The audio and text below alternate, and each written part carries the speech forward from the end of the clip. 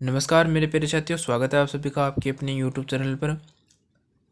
REET mains 2023 का तो exam में बहुत ही नज़दीक है, तो आपके एग्ज़ाम को ध्यान में रखते हुए राजस्थान जीके के इंपॉर्टेंट क्वेश्चन लेकर आ चुका हूं फ्रेंड्स, जो आपके एग्ज़ाम परस्पेक्टिव से बहुत ज़्यादा इंपॉर्टेंट है। तो फ्रेंड्स क्लास को स्टार्ट करते हैं और आप सभी से रिक्वेस्ट है कि आप चैनल को जरूर सब्सक्राइब कर लेना और बेल आइकन को भी ऑन कर लेना। यहाँ पे आपको रोज़ डेली मैं आपको राजस्थान जीके के इंपॉर्टेंट क्वेश्चन की प्रैक्टिस कराता हूँ, जो आप सभी के लिए बहुत ज़्यादा इंपॉर्टेंट है। और जो आपका एग्ज़ाम होगा फ्रेंड्स, उसके एग्जाम परस्पेक्टिव से ये क्वेश्चन बहुत ज़्यादा इंपॉर्टेंट है। तो सभी क्वेश्चन को फ्रेंड्स ध्यान से पढ़ना, जो आपके एग्जाम में ये बहुत ज़्यादा हेल्प करेंगे आपको एग्जाम क्लियर करने में। तो चलिए फ्रेंड्स क्लास को शुरू करते हैं, और जिसमें पहला क्वेश्चन पूछा गया है कि राजपूताना मध्य भारत सभा का चौथा अधिवेशन राष्ट्रीय कांग्रेस का अधिवेशन के साथ ही दिसंबर 1920 में कहाँ आयोजित किया गया था। ऑप्शन आपका ए है नागपुर में, ऑप्शन आपका बी है दिल्ली में, ऑप्शन आपका सी है अमृतसर में, ऑप्शन आपका डी है अजमेर में। तो राजपूताना मध्य भारत सभा का चौथा अधिवेशन राष्ट्रीय कांग्रेस का अधिवेशन के साथ ही दिसंबर 1920 में कहाँ आयोजित किया गया था। तो यहाँ पे ऑप्शन आपका ए हो जाएगा, ठीक है, नागपुर इस क्वेश्चन का राइट आंसर हो जाएगा। आगे बढ़ते हैं क्वेश्चन नंबर 232 में। 232 में पूछा गया कि राजपूताना मध्य का भारत सभा का तीसरा अधिवेशन मार्च 1920 में किसकी अध्यक्षता में कहाँ किया गया था। तो ऑप्शन आपका ए है सेठ जमनलाल बजाज की अध्यक्षता में अजमेर में, ऑप्शन आपका बी है हरिबाबू उपाध्याय की अध्यक्षता में अमृतसर में, ऑप्शन आपका सी है पंडित गिरधर शर्मा की अध्यक्षता में नागपुर में, ऑप्शन आपका बी है भोगीलाल पांड्या की अध्यक्षता में दिल्ली में। तो इसमें आपको बताना है कि राजपूताना मध्य भारत सभा का तीसरा अधिवेशन मार्च 1920 में किसकी अध्यक्षता में किया गया था। तो यहाँ पे ऑप्शन आपका ए इसका राइट आंसर हो जाएगा, ठीक है। यहाँ पे सेठ जमनालाल बजाज की अध्यक्षता में अजमेर में किया गया था। आगे बढ़ते हैं क्वेश्चन नंबर 233 में।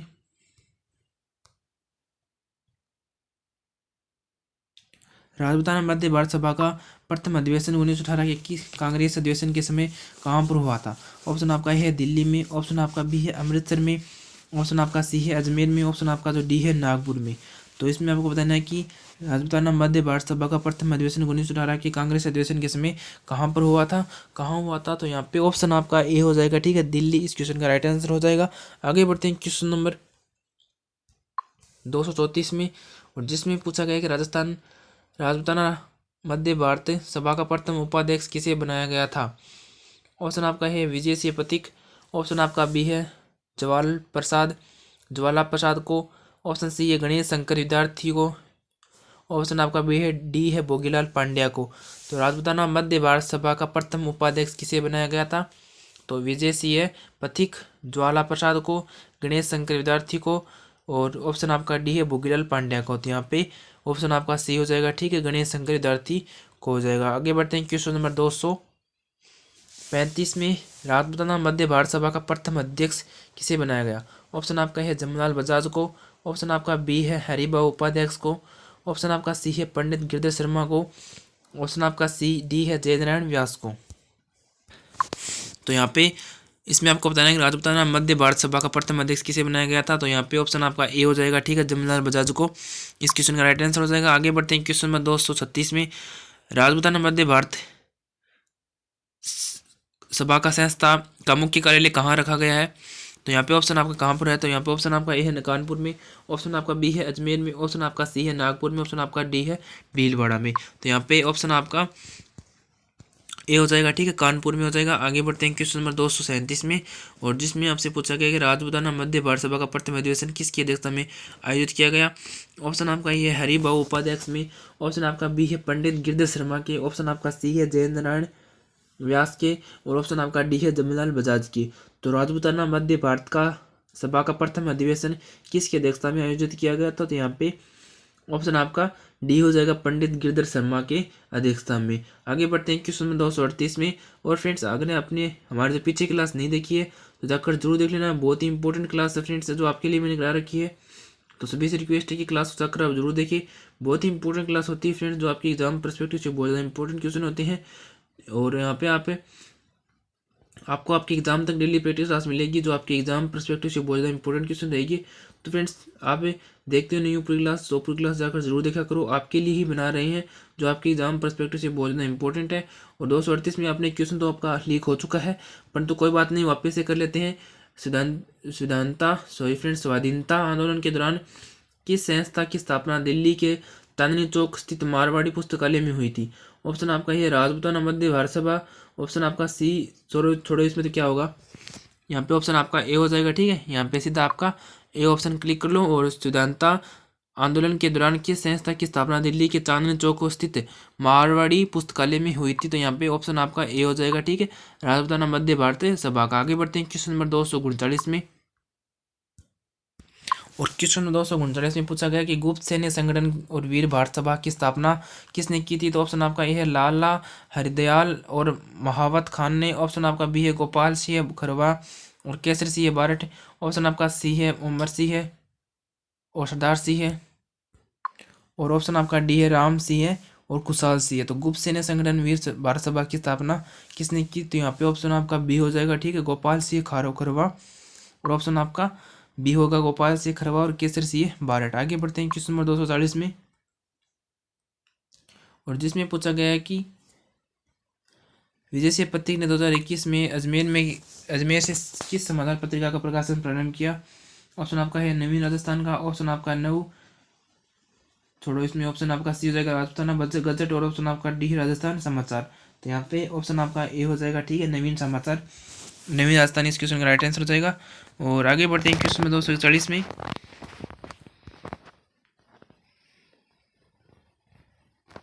और 240 बहुत ही इंपॉर्टेंट क्वेश्चन है और जिसमें आपसे पूछा गया है कि गुजरात की सीमा के निकट कच्छ के रण का कुछ क्षेत्र राज्य के किन जिलों में स्थित है? ऑप्शन आपका है बांसवाड़ा डूंगरपुर। ऑप्शन आपका बी है जालौर सिरोही। ऑप्शन आपका सी है बाड़मेर जालौर। ऑप्शन आपका जो डी है सिरोही पाली।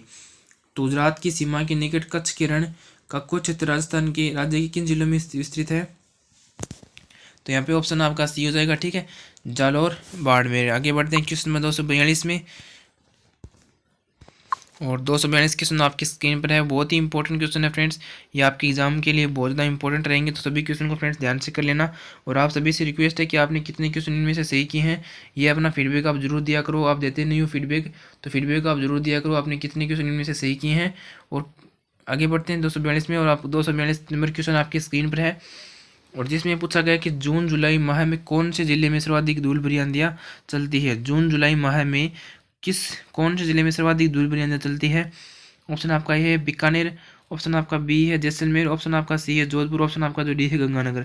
बहुत ही अच्छा क्वेश्चन है फ्रेंड्स, बहुत ही इंपॉर्टेंट क्वेश्चन है। और जिसमें पूछा गया कि जून जुलाई माह में कौन से जिले में सर्वाधिक धूल भरी आंधियाँ चलती है? तो यहाँ पे ऑप्शन आपका डी हो जाएगा। ठीक है, गंगानगर हो जाएगा इस क्वेश्चन का राइट आंसर हो जाएगा। आगे बढ़ते हैं 243 नंबर क्वेश्चन में। और जिसमें पूछा गया कि निम्न में से क्षेत्रफल की दृष्टि से सबसे छोटा संभाग कौन सा है? तो यहाँ पे ऑप्शन आपका ए है कोटा। ऑप्शन आपका बी है अजमेर। ऑप्शन आपका सी है भरतपुर। तो यहाँ पे आपको बताना है कि निम्न में से क्षेत्रफल की दृष्टि से सबसे छोटा संभाग कौन सा है? तो यहाँ पे ऑप्शन आपका डी हो जाएगा। ठीक है, भरतपुर इस क्वेश्चन का राइट आंसर हो जाएगा। आगे बढ़ते हैं 244 नंबर क्वेश्चन में। और जिसमें पूछा गया है कि जिलों की सर्वाधिक संख्या वाला संभाग युग्म है। ऑप्शन आपका है जयपुर जोधपुर। ऑप्शन आपका बी है अजमेर जोधपुर। ऑप्शन आपका सी है बीकानेर जोधपुर। ऑप्शन आपका जो डी है उदयपुर जोधपुर। तो जिलों में सर्वाधिक संख्या वाला संभाग युग्म कौन सा है? तो यहाँ पे ऑप्शन आपका डी हो जाएगा। ठीक है, जिलों की सर्वाधिक संख्या वाला संभाग जो उदयपुर और जोधपुर है। आगे बढ़ते हैं क्वेश्चन 242 में, सॉरी फ्रेंड 245 में। और जिसमें पूछा गया कि इसमें आपको सम्मिलित करना है। ठीक है, इसमें आपको सम्मिलित करना है। इसमें जिला दिया गया है और निर्माण वर्ष दिया गया है। दौसा, करौली, प्रतापगढ़, धौलपुर। और आपको निर्माण वर्ष दिया गया है 1982 सॉरी। और 2 दिया गया है 2008। और तीसरा दिया गया है 1991। और ऑप्शन आपका जो 4 दिया गया है 1997। तो इसमें आपको बताना है। तो यहाँ पे ऑप्शन आपका बी हो जाएगा। ठीक है, इसमें हो जाएगा बी आंसर हो जाएगा, इसका राइट आंसर हो जाएगा। ठीक है,